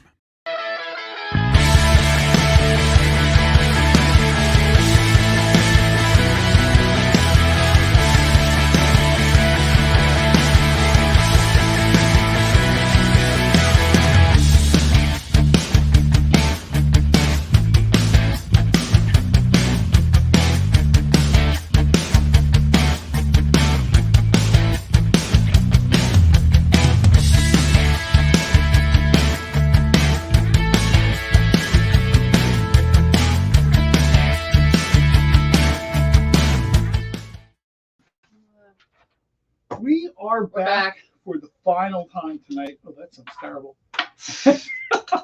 After this, who knows our fate? Who the heck knows? That'd be a really cool one. Actually, OUG, that'd be really cool. There's a ton of really good stuff. Amy's been jotting all this stuff down. As many as I can. I liked Iron I Man. can't versus- promise we'll do all of them. I got I one like- I know that Ken Hazer would love to do. Freddy versus Jason. Oh yeah, he's a big horror guy.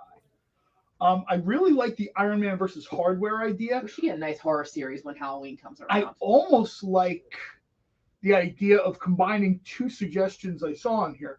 Someone said, or TJ James said, Iron Man versus Hardware, and it scrolled by. I don't know who said it. Someone suggested Iron Man versus my favorite armored character, which is Exo Manowar. and I almost kind of want to see an Armor Wars I got you, Dwayne. with Iron Man, Hardware, and Exo Man Award, like 3 characters on the cover. I'd love to see that.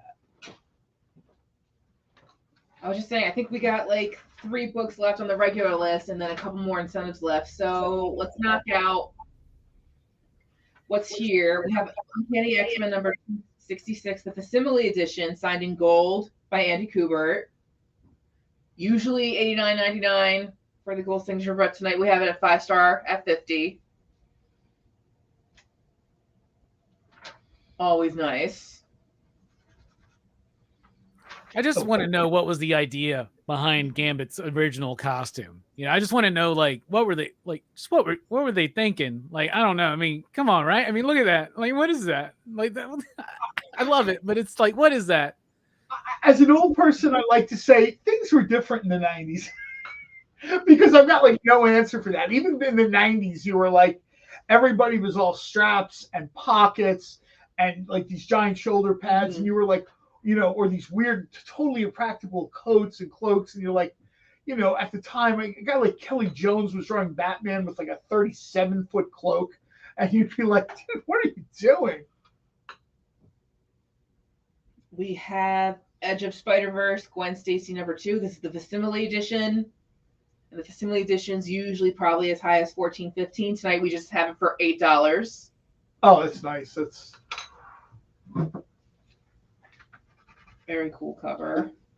We also have Avengers number 1, Legacy number 691. It's the variant edition. Again, usually around $16, but tonight we're going to have it for just $10. This is what this starts. This looks like it starts the Avengers 1 million BC or whatever it was. Yeah. 1 And then- billion BC, I think. Right.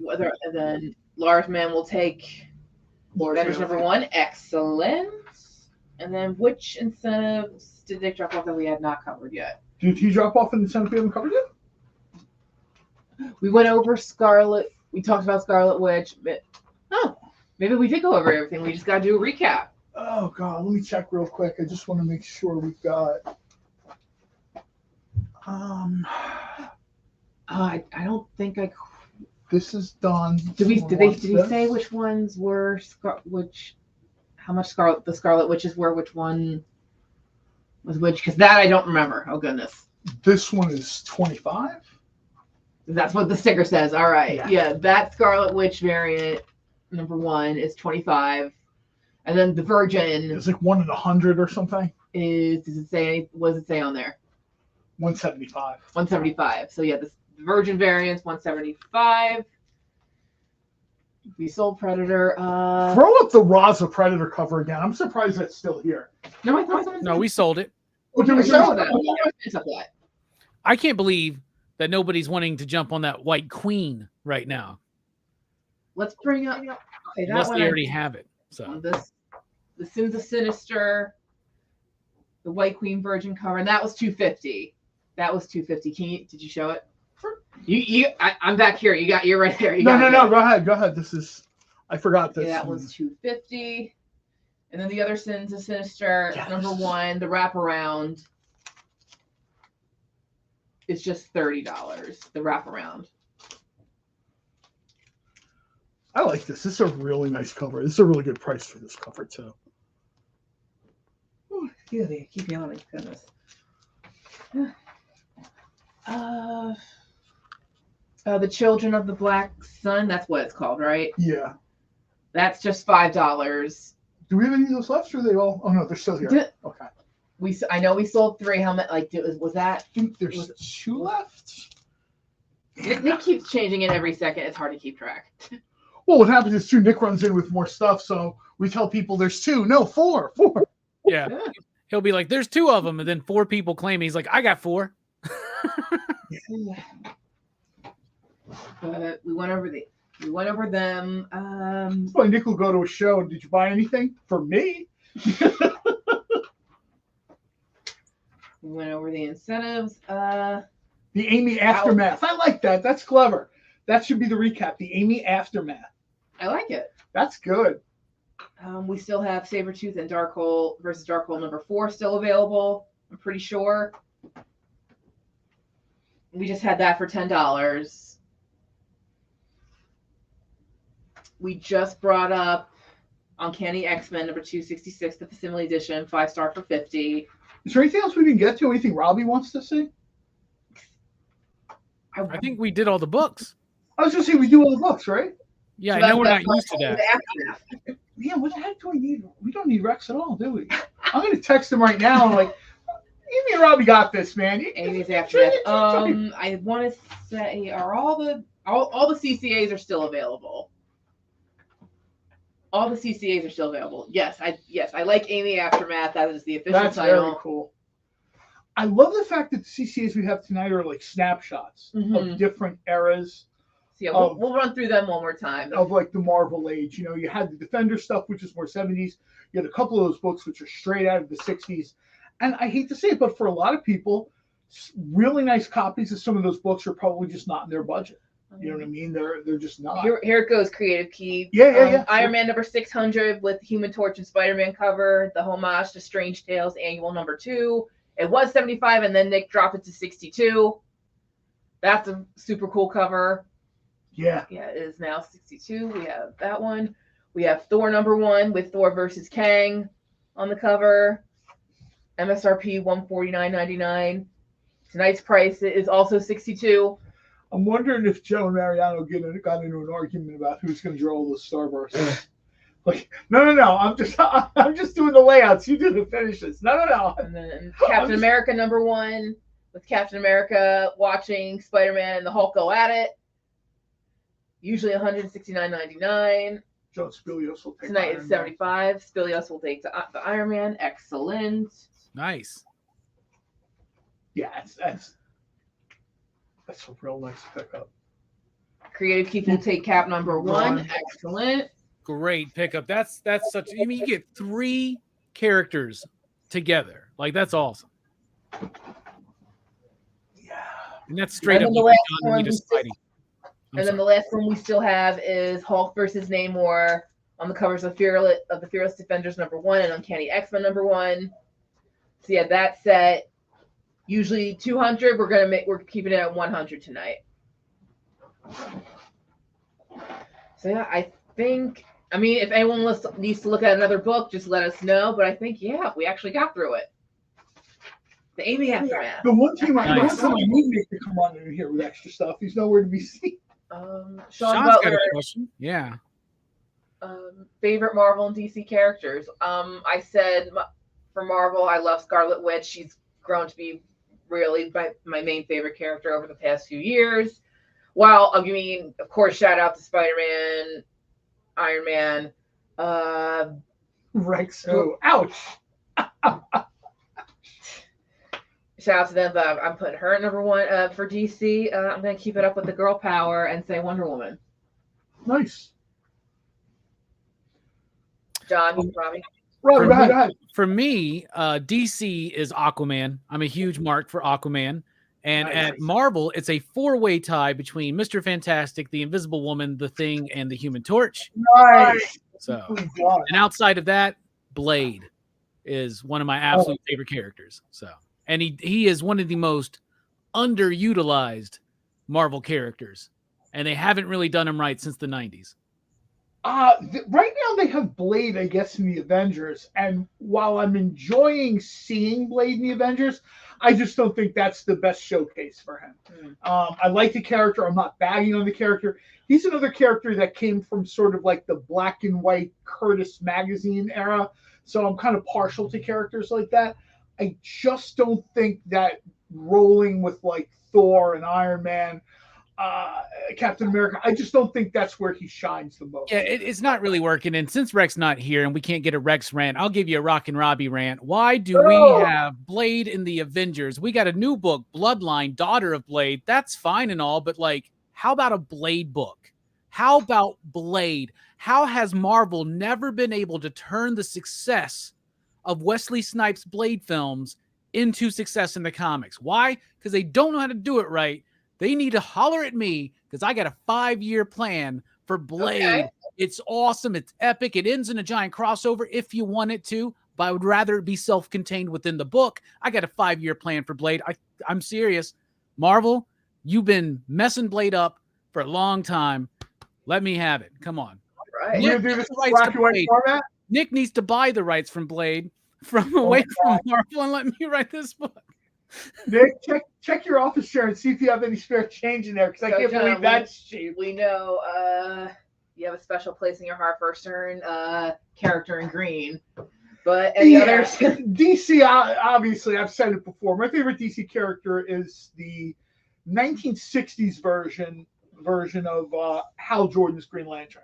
I love the whole kind of test pilot idea. So 2 guys in green. And I've said this before. I kind of really like.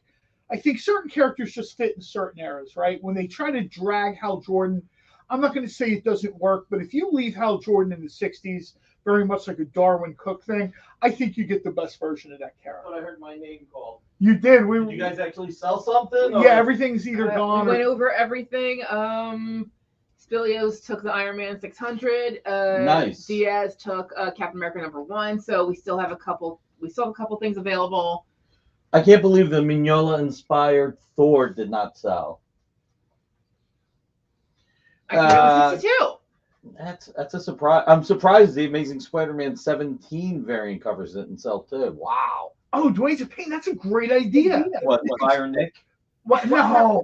I don't want to I don't want to spoil my 5-year Blade plan, y'all. I don't want to spoil my 5-year Blade plan, but that is part of it, is an Old Man Blade arc within it. I promise. Okay. Because Marvel's done Old Man, right? Old Man Hawkeye. We had Old Man Quill. Think I Am Legend, but with Blade, right? Old Man Blade. I'm telling you, it'll work. I got a great plan. I got a great plan for Blade. Marvel, you don't know what to do with the character, obviously. Just hand it over to me. I'm not going to say he's wrong, though. I mean, we have a lot of fun on this show, this, that. In this particular case, they have not quite done the best idea for Blade. Like I said, they kind of had like, I guess Blade joined the Avengers because they wanted to do a War of the Vampires thing, right? That's okay. If Blade had moved on from that into a better story, I would have had no problems with that. I don't think anyone would have minded Blade in a short-term run with the Avengers. What's the idea? But to just leave it there? I'm just curious. For what? If I come on again.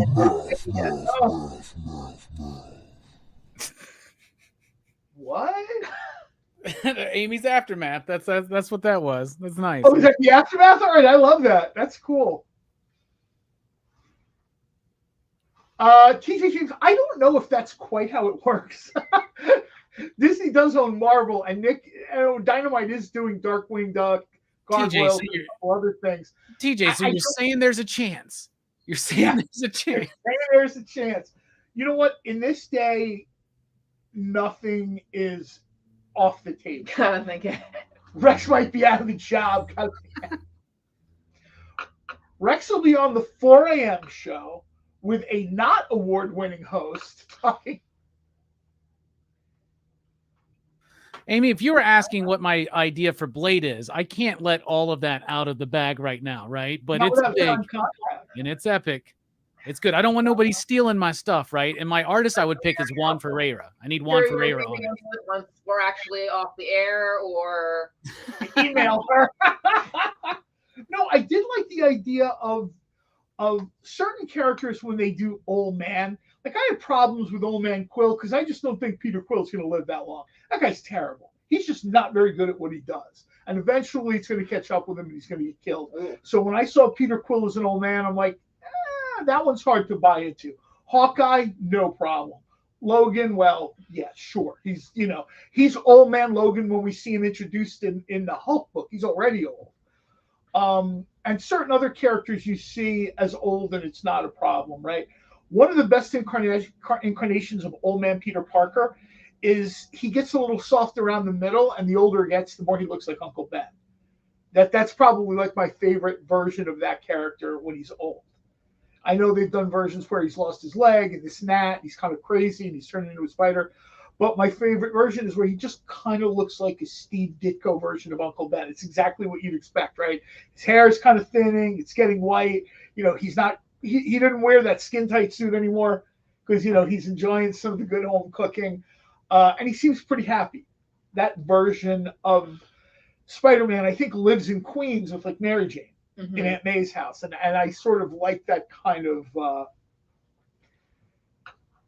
Peter B. Parker. I know some people find the Spider-Verse annoying, but every once in a while you come across a version of Spider-Man, and I'm like, you know what? I kind of hope that's the way it goes for Spider-Man. Like the 616 Spider-Man, I hope it works out that way. I like that idea. I'm so excited for Across the Spider-Verse.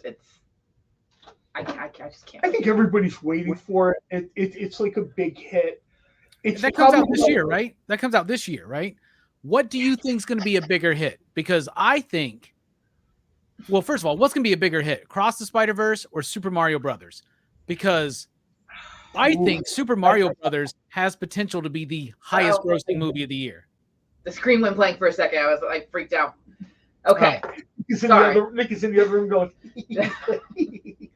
But you're saying Mario Brothers. I think Mario Brothers might be the highest grossing film of the year. There's multiple generations. People are going to be able to take their parents and their kids to see that. There's a couple movies that coming out this year that have real potential to be the highest grossing movie of the year. Like what? Guardians? Flash? What are we talking about? Dune? What are we talking about? Mario. I mean, like you said. Right? Any of the superhero movies. Guardian being. They dropped a Little Mermaid trailer last night. That is a huge chance to make it at least how much to the millions of dollars. To the surprise of no one, I'm in the movie theater almost every day. Every time that Little Mermaid trailer drops, there is a noticeable reaction from the audience. People are like excited to see this. Yeah, but every time I see the Mario trailer drop, I see kids, teenagers, and adults light up. You know what I'm saying? And I'm just like you said, that's multi-generational. That's you've got at least generations. Yeah. And it's animated from like Illumination Studios, right? Who are doing fantastic work. It looks really good. It looks like your best looking movie to date. I wouldn't argue. I wouldn't bet against that. It's really just a matter of anyone sort of. I wouldn't either. Jumps up to that level. I'm certainly not saying that he's wrong. I'm just saying that if they do get beat, it's probably gonna be by something like Spider-Verse or maybe one final ride for Guardians of the Galaxy. I don't know. What if it's Fast X? Fast X beats everybody, and they're going to make 10 more. Some of the Fast and Furious movies made some of those movies at made least a lot. One or two of them, right? Made $1 billion. Yeah, some of those movies have done very. I bet if you take their collected gross, they've made a lot of money. Yes, right. People Are laugh. Any of y'all excited for Shazam? Because it doesn't seem like Shazam has a lot of hype behind it right now. Shazam's this week. I've been hearing the review. I'm sure the reviews come out soon, right? I haven't really been hearing anything yet. That's usually not the greatest. For which signs. movie? For which movie? Shazam! Fury. Shazam comes out this next weekend. So I haven't heard anything either. So that's usually. I hear John Wick is rocking. Longest one, and people are still loving it. I'm so ready for John Wick, man. I love that movie. Those Farsman, you gonna buy the rack? You're gonna buy the rack? No, he didn't buy the rack, but what he wanted two other things. Did I take those off? What were the two other things? What were the two other things? Larsman, what are the two other things? Jenna in the house. I'm so distracted by Jenna's here. Worldwide box office right now. I'm so Shazam's getting great reviews. Okay, because I'm like, am I not paying attention hard enough, or? No, I think they're doing like a soft burial of that because they caught so much grief for Batgirl. They can't be that overt again, so they're just doing. And people are saying ever since the Fast and the Furious, when they went into outer space, that was it for me. Oh my God! Didn't that just happen? Or I want to see a shuttle. That was the last movie. That's what I'm saying. I want to see a space shuttle with a nitrogen booster. I hope Shazam is good. I hope it's good too. I really enjoyed the first one. The first one was a lot of fun. I'll tell you what. For Fast X, the only way that you can really get beyond them going to space, they got to break dimensional barriers in this movie. Right. And they find a way back into the past. And that's when we finally get our Jurassic Park Fast and Furious crossover. Yeah. I do want to show one thing that I just got that I think people would like. Enter the family verse. Enter the family verse. the origin of Flash's ring. How cool is that?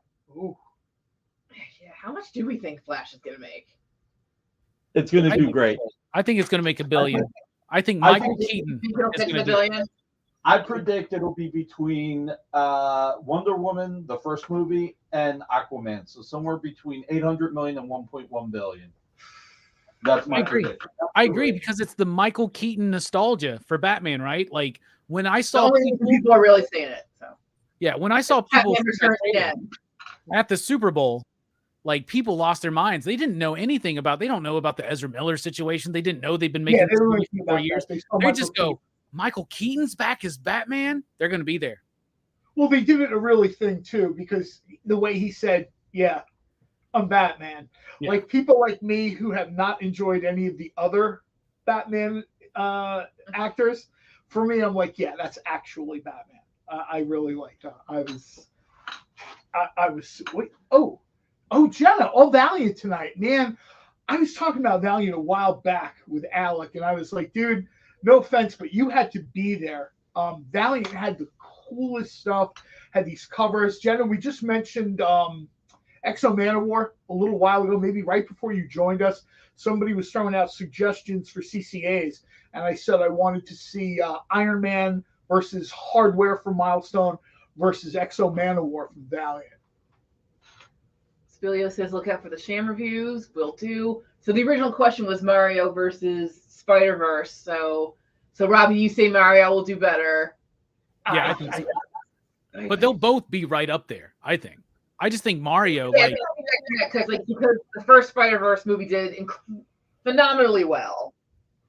So a lot of people are going to rush to see the second one, me, myself included. It's exactly what people are wanting to see, right?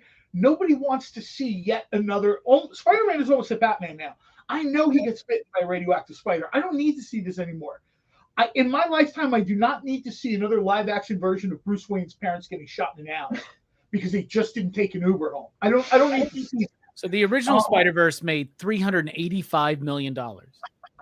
Yeah, that's real. Which is really a lot for an animated film. And the movie looked brilliant. Like that movie was. I love that movie. I think it's great. I'm really pumped for this one. Is Jenna on right after us? Is that what's going on? Jenna's on right after us? Because you guys should stick around, because if she's going to talk about the Valiant universe, particularly the original incarnation of it, that's some really cool and trippy stuff. Quantum and Woody is where it's at. That's my favorite Valiant book ever. Quantum and Woody. Christopher Priest, baby. Woody. I wanted to say, like, I don't see movie like a movie as many times as you do. I mean, like at most I usually maybe twice see a movie, but like only once in my life did I see a movie 3 times in theaters, and that was the first Into the Spider-Verse. Because I was telling people, like, you need to see this. You need to see this. It's just really good. I mean, there's the animation style, movie. And then it really is the perfect medium for that. So we'll see if hopefully I see the next one 3 times in the theater. One of them will be you and me at least. Sean Shadow Man is really good. Jenna's really dragging me back to the past. There was a time where I loved Valiant. Everybody loved the Image, and Image had some really good stuff, Spawn or whatever. But Valiant was sort of like, Image had better flashier art, but Valiant was legitimately a universe built from the ground up. And Valiant featured one of my all-time favorite characters, not from Marvel and DC. And that's a character named Harada. People who know Valiant know Harada is sort of like a cooler version of Magneto. I absolutely love that character. Yeah, Toyo Harada was... and then when Valiant came back in like 2014, he was still really good. I guess he would be categorized as the villain, but I love Toyo Harada. We are almost out of time. Check out Robbie's show. Robbie, thanks for joining us. By the way, look what we got in that'll be on the future show. Check it out. Oh, Mog Park. We need Jeff Wedding in the house for these. It'll be a Jeff Wedding. I was gonna say, he's the Star Wars guy, right? It'll be a Jeff Wedding, Ronald Creative Keep battle. Oh, I really like the Snips one. That's cool. Those are nice. Real quick, Sean asked us, how do we think the next Teenage Mutant Ninja Turtles movie is going to be? When's it coming out? August? This year. August? Oh, really? I think it's August. I think it'll Again, do okay. Right, Marcus, it's a wedding day. That's a Jeff great Wedding. So far to me, it looks good. Nostalgia film. is in the air, right? We've got, right here we're doing Garbage Pail Kids and Mad Balls. Nostalgia is like a real thing that people are tapping into. By the way, I just want to say thank you to everybody for being here. Yep. Again, thank you all for helping us get to 1,500 viewers. One last thing, because Creative Keep is here. He may be interested. This is from my collection. This is normally $750. I'm selling it for $600. And even though this is from my collection, I am giving all the money to Roberto Castro. This is the cover to Killing Red Sonja #2. Roberto had a mini stroke, was out of work, and I would like to give him the money. So if anybody wants to buy this, all the money is going to Roberto. So Jenna, we have Jenna next. these will be Wednesday or Friday. Ron wants to Ronald. look at the CCAs again. Of course. So these will be Wednesday or Friday. And you have the foil one for store covers because we got them next. I don't know which one she means. But anyway, Creative Keep. If you want to get it, $600 for a published cover. And yes, these are CCAs, Creative Keep. We'll start putting them out on Wednesday. Nice. Probably do like one or two at a time. All of them at once. No. One or two at a time. Yeah, she was talking about what she had next. Nick didn't understand that, but Yeah, general that disorder was next. near and Right? dear to my heart. Absolutely. If she's up next, we should probably get out of here so she Okay. can do her thing. But I'm super glad. I'm glad to see anybody kind of spend any time on Valiant whatsoever. That was really sort of like a moment in time where they bent over backwards to do. I guess at some point, Jen will talk about Unity, which was sort of their big crossover thing. Jim Shooter drama. Thanks everybody for joining us. Thank you, Robbie. Thank you, Robbie. Thank Check you. out Robbie's channel. Yes. Don't look for Rex again because Amy did a really great job tonight. Fill out your forms. Fill out your forms. Fill We'll out be your back forms, Wednesday. please. I don't care if we have your address already. Just fill it out so we can keep track of who got what. It just makes all our lives easier. Okay. Thanks everybody. And you guys can tell Rex on Wednesday, do it the way Amy does it. Actually offer the items. Thanks for joining us, everybody. Have a great night. Jenna's up now. Join the party. Head over to our link tree to find all the links for everywhere the experience is all the time.